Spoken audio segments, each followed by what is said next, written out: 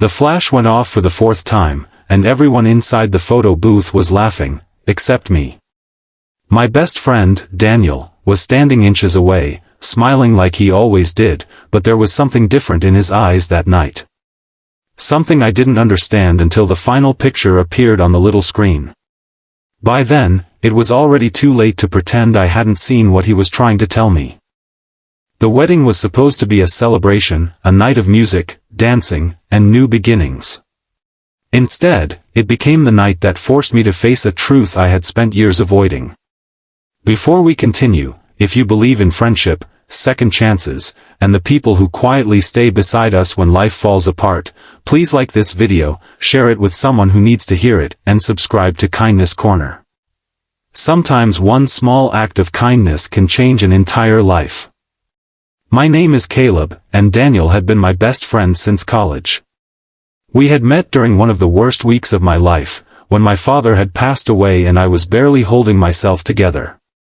Daniel didn't give me advice or tell me that everything would be okay. He simply sat beside me on the steps outside the hospital and stayed there until sunrise. From that day forward, he became the person I called when something wonderful happened, and the person I needed when something terrible did.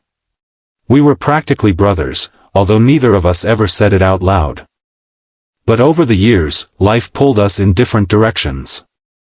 I got married, built a career, and eventually became a father. Daniel stayed single and poured himself into his work. We still talked, but not as often. Then my marriage collapsed. My wife left after years of arguments, and I became a single father trying to raise my little daughter while pretending I wasn't breaking inside. I stopped answering calls. I stopped going out. I stopped believing that people actually stayed. Daniel didn't stop. Every Friday, he brought dinner to my apartment. Sometimes he didn't even come inside. He would leave the food at the door with a handwritten note and disappear. When my daughter had her first school performance, Daniel sat in the back row and clapped louder than anyone. When I lost my job months later, he quietly paid my electricity bill without telling me. I only discovered it because I found the receipt in an envelope. I tried to repay him, but he refused. That was Daniel. He never helped people so they would owe him something. He helped because he couldn't stand watching someone struggle alone. Then came the wedding. It was for Daniel's younger sister, Claire, and he had begged me for weeks to attend. I almost didn't go. Weddings reminded me too much of everything I had lost. But Daniel showed up at my apartment wearing a dark suit and told me I had no excuse. So I went. The reception was beautiful. Golden lights hung from the ceiling, music filled the room, and people danced beneath decorations that looked like tiny stars. My daughter was having the time of her life, running between tables with a flower crown on her head. I watched her laughing and felt something I hadn't felt in a long time, peace. Then Daniel grabbed my arm and dragged me toward the photo booth. I protested, but he laughed and pushed me inside. The curtain closed behind us, cutting off the noise of the reception. The screen counted down, and the first flash exploded. We made ridiculous faces. The second picture showed Daniel pretending to kiss my cheek while I pushed him away. The third caught us laughing so hard that our eyes were almost closed. Then Daniel became strangely quiet. The fourth countdown began. 3, 2, 1. Flash. This time he didn't make a joke. He simply stood beside me and looked directly into the camera. I looked at him and realized he was holding something behind his back. I asked what it was, but he only smiled. The fifth countdown started. 3, 2, 1. Flash. The picture appeared on the screen. Daniel was holding an old photograph. I recognized it immediately. It was a picture of us from college, taken on the night we first became friends. In that old photograph, I was smiling with my father standing behind me. It was one of the last pictures I had ever taken with him. My throat tightened. Daniel had carried that photograph for years. He finally handed it to me, and beneath it was a small handwritten note. My hands trembled as I unfolded it. The message was simple: "You spent so long believing people leave. I hope tonight you finally understand that some people stay." I couldn't speak. Daniel looked at me and admitted that he had been afraid too. He had spent years pretending he didn't need anyone because he was terrified that if he loved people deeply enough, eventually they would disappear. He had watched me shut everyone out after my divorce, and every time I pushed him away, he wondered if he had failed me. But he kept coming back because friendship wasn't supposed to disappear when life became difficult. Then he told me something I never expected.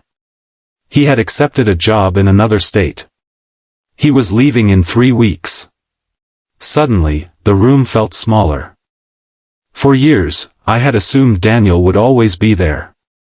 I had treated his presence like something permanent, something I could ignore because it would never disappear. And now I realized how selfish I had been.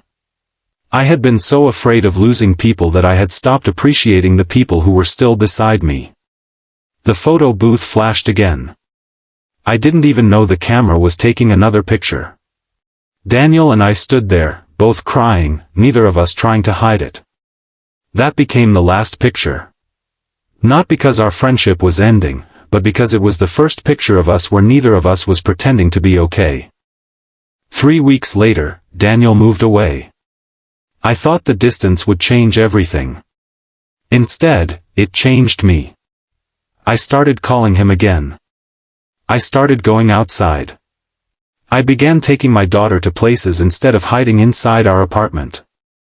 I even joined a community group and slowly made new friends. Daniel had taught me something I should have understood years earlier: sometimes people don't save us by fixing our problems. Sometimes they save us simply by refusing to leave us alone inside them. Months later, Daniel returned for a weekend visit. My daughter ran toward him the moment she saw him, and he lifted her into the air while she laughed. I watched them and realized that the last picture in that photo booth had never really been about goodbye. It had been about beginning again. That night, Daniel and I returned to the same wedding venue. The photo booth was still there. We stepped inside, laughed about how terrible our old pictures were, and took another series of photographs. When the final picture appeared, neither of us cried. We were smiling. And underneath the photograph, I wrote the words Daniel had once written for me. Some people don't stay because life is easy. They stay because you matter. If this story touched your heart, please take a moment to like the video, share it with someone who has always stood beside you, and subscribe to Kindness Corner. You never know when someone close to you needs to hear that their presence matters. And before you go, comment, "Some people stay," if there is someone in your life who never gave up on you, even when you pushed them away. Because sometimes the most beautiful relationships aren't the ones that begin with a perfect moment. They're the ones that survive the imperfect ones. And sometimes the person standing quietly beside you today is the very person you will one day realize you were never supposed to lose.